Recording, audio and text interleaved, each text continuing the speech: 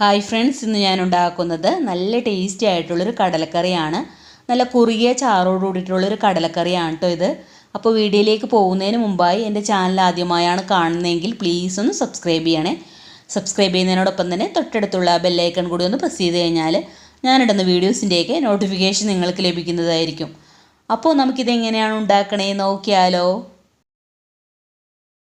അപ്പോൾ ഈ ഒരു കടലക്കറി ഉണ്ടാക്കാനായിട്ട് ഞാനിവിടെ 250 ഗ്രാം കടലയാണ് കേട്ടോ എടുത്തിരിക്കുന്നത്.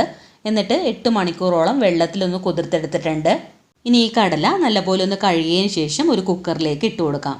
ഇനി ഇതിലേക്ക് 1 ടീസ്പൂൺ ഇഞ്ചി ചെറുതായിട്ട് അരിഞ്ഞത്, 1 ടീസ്പൂൺ വെളുത്തുള്ളി ചെറുതായിട്ട് അരിഞ്ഞത്, എരിവിനനുസരിച്ച് 2-3 പച്ചമുളക്. അപ്പോൾ ഞാനിവിടെ 2 പച്ചമുളകാണ് കേട്ടോ എടുത്തിരിക്കുന്നത്.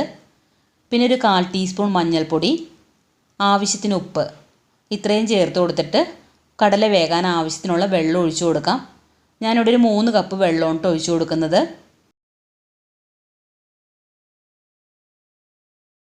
ഇനി ഇത് നല്ലപോലെ ഒന്ന് ഇളക്കിയതിന് ശേഷം കുക്കർ മൂടി ആദ്യത്തെ വിസിൽ വരുന്നത് വരെ ഹൈ ഫ്ലെയിമിലും പിന്നീടുള്ള 4 വിസിൽ വരുന്നത് വരെ മീഡിയം ഫ്ലെയിമിലും വേവിച്ചെടുക്കാം. ഇതിപ്പോൾ 5 വിസിൽ വരുന്ന വരെ വേവിച്ചെടുത്തിട്ടുണ്ട്. ഇനി ഇതിലെ പ്രഷർ കംപ്ലീറ്റ് ആയിട്ട് പോയതിന് ശേഷം വേണം തുറന്ന് നോക്കാനായിട്ട്. ഇപ്പോൾ പാകത്തിന് വെന്ത് വന്നിട്ടുണ്ട്. ഇനി ഈ കടല വേവിച്ചതിൽ നിന്നും ഒരു 2 ടേബിൾ സ്പൂൺ കടല മറ്റൊരു പാത്രത്തിലേക്ക് മാറ്റാം. അതിനുശേഷം ഒരു പാൻ അടുപ്പിലേക്ക് വെച്ചിട്ട് അതിലേക്ക് ഒരു 2 ടേബിൾ സ്പൂൺ വെളിച്ചെണ്ണ ഒഴിച്ചു കൊടുക്കണം. എണ്ണ നന്നായിട്ടൊന്ന് ചൂടായി വരുമ്പോഴേക്കും മീഡിയം സൈസ് സവാള 2 എണ്ണം ഇതുപോലെ ഒന്ന് അരിഞ്ഞെടുത്തിട്ടുണ്ട്. അപ്പോൾ അത് ചേർത്ത് കൊടുക്കാം. പിന്നെ വേണ്ടത് ഒരു ചെറിയ കഷ്ണം ഇഞ്ചി ചെറുതായിട്ടൊന്ന് അരിഞ്ഞത്, പിന്നെ ഒരു 4-5 വെളുത്തുള്ളി ചെറുതായിട്ട് അരിഞ്ഞതും കൂടി ചേർത്തിട്ട് നല്ലപോലെ ഒന്ന് വഴറ്റിയെടുക്കാം.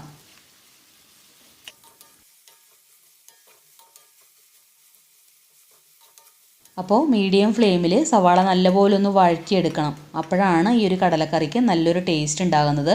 ഇപ്പോൾ സവാള ഒരുവിധം ഒന്ന് വഴറ്റിയെടുത്തിട്ടുണ്ട്. ഇനി നമുക്കിതിലേക്ക് ഒരു 1/4 കപ്പ് ചിരകിയ തേങ്ങ ചേർത്ത് കൊടുക്കാം.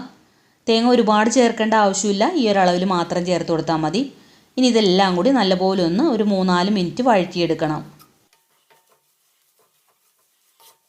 ഇപ്പോൾ സവാളയുടെ കളറൊക്കെ നല്ലപോലെ ഒന്ന് മാറി വന്നിട്ടുണ്ട്. ഇനി നമുക്കിതിലേക്ക് പൊടികൾ ചേർത്ത് കൊടുക്കാം. അപ്പോൾ അതിനായിട്ട് 1.5 ടേബിൾ സ്പൂൺ മല്ലിപ്പൊടി, പിന്നെ ഒരു 1/4 ടീസ്പൂൺ മഞ്ഞൾപ്പൊടി, 1.5 ടീസ്പൂൺ മീറ്റ് മസാലപ്പൊടി. അപ്പോൾ ഗരം മസാലപ്പൊടിയാണെന്നുണ്ടെങ്കിൽ 1 ടീസ്പൂൺ ചേർത്ത് കൊടുത്താൽ മതി കേട്ടോ. പിന്നെ 1 ടീസ്പൂൺ മുളക് പൊടി, ഞാനിവിടെ എരിവുള്ള മുളക് പൊടിയാണ് കേട്ടോ എടുത്തിരിക്കുന്നത്. പിന്നെ ഒരു 1/2 ടീസ്പൂൺ കുരുമുളക് പൊടി, 1/2 ടീസ്പൂൺ പെരിഞ്ജീരകപ്പൊടി. ഇത്രയും പൊടികൾ ചേർത്ത് കൊടുത്തിട്ട് നല്ലപോലെ ഒന്ന് വഴറ്റിയെടുക്കാം. പൊടികളുടെ പച്ചമണം മാറുന്ന വരെ വേണം നന്നായിട്ടൊന്ന് വഴറ്റിയെടുക്കാൻ. ഇപ്പോൾ പൊടികളെല്ലാം നന്നായിട്ടൊന്ന് വഴറ്റിയെടുത്തിട്ടുണ്ട്. ഇനി നമുക്ക് ഫ്ലെയിം ഓഫ് ചെയ്ത് കൊടുത്തിട്ട് ഇത് ചൂടാറാനായിട്ട് മറ്റൊരു പാത്രത്തിലേക്ക് മാറ്റാം. ഇപ്പോൾ അതിൻ്റെ ചൂടൊന്ന് ആറിയതിന് ശേഷം ഒരു മിക്സിയുടെ ജാറിലേക്ക് മാറ്റിയിട്ടുണ്ട്. ഇനി ഇതിലേക്ക് നമ്മൾ നേരത്തെ മാറ്റി വെച്ച കടലയും കൂടി ചേർത്ത് കൊടുക്കാം. പിന്നെ ആവശ്യത്തിനുള്ള വെള്ളവും കൂടി ഒഴിച്ചു കൊടുത്തിട്ട് നല്ലപോലെ ഒന്ന് അരച്ചെടുക്കണം. ഇനി അതേ പാൻ തന്നെ അടുപ്പിലേക്ക് വെച്ചിട്ട് 1 ടീസ്പൂൺ വെളിച്ചെണ്ണ ഒഴിച്ചു കൊടുക്കാം. എന്നിട്ട് നമ്മൾ അരച്ചെടുത്ത മിക്സ് അതിലേക്ക് ചേർത്ത് കൊടുക്കാം. എന്നിട്ട് ലോ ടു മീഡിയം ഫ്ലെയിമിൽ വെച്ച് ഒരു 2-3 മിനിറ്റ് നന്നായിട്ടൊന്ന് ഇളക്കി കൊടുക്കണം.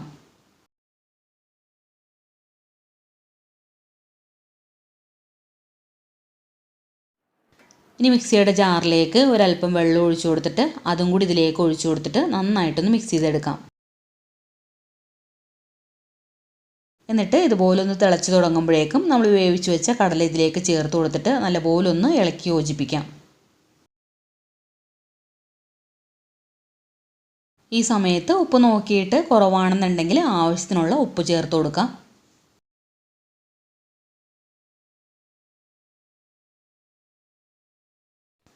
ഇപ്പോൾ കടലക്കറി ഒന്ന് തിളച്ച് കുറുകി വന്നിട്ടുണ്ട്. ഇനി നമുക്ക് ഫ്ലെയിം ഓഫ് ചെയ്ത് കൊടുക്കാം. ഇനി ഇതിലേക്കൊന്ന് താളിച്ചും കൂടി ചേർത്ത് കൊടുക്കണം. അപ്പോൾ അതിനായിട്ട് ഒരു പാൻ അടുപ്പിലേക്ക് വെച്ചിട്ട് അതിലേക്ക് ഒരു 2 ടേബിൾ സ്പൂൺ വെളിച്ചെണ്ണ ഒഴിച്ചു കൊടുക്കാം. എണ്ണ ഒന്ന് ചൂടായി വരുമ്പോഴേക്കും 1 ടീസ്പൂൺ കടുക് ചേർത്ത് കൊടുക്കണം. കടുകെല്ലാം ഒന്ന് പൊട്ടിക്കഴിയുമ്പോഴേക്കും കുറച്ച് തേങ്ങാക്കൊത്ത് ഇതുപോലെ അരിഞ്ഞെടുത്തിട്ടുണ്ട്. അപ്പോൾ അത് ചേർത്ത് കൊടുത്തിട്ട് നല്ലപോലെ ഒന്ന് ഇളക്കി കൊടുക്കാം. തേങ്ങാക്കൊത്തിൻ്റെ കളറ് ചെറുതായിട്ടൊന്ന് മാറി വരുമ്പോഴേക്കും നമുക്കിതിലേക്ക് ഒരു 10ഓളം ചെറിയുള്ളി അരിഞ്ഞതും കൂടി ചേർത്ത് കൊടുത്തിട്ട് ഒന്നും കൂടി ഒന്ന് ഇളക്കി കൊടുക്കാം. ഇപ്പോൾ ഉള്ളിയെല്ലാം നല്ലപോലെ ഒന്ന് മൊരിഞ്ഞ് വന്നിട്ടുണ്ട്. ഇനി നമുക്കിതിലേക്ക് ഒരു 3-4 വറ്റൽമുളകും കുറച്ച് കറിവേപ്പിലയും കൂടി ചേർത്തിട്ട് ഒന്ന് ഇളക്കിയതിന് ശേഷം ഫ്ലെയിം ഓഫ് ചെയ്ത് കൊടുക്കാം.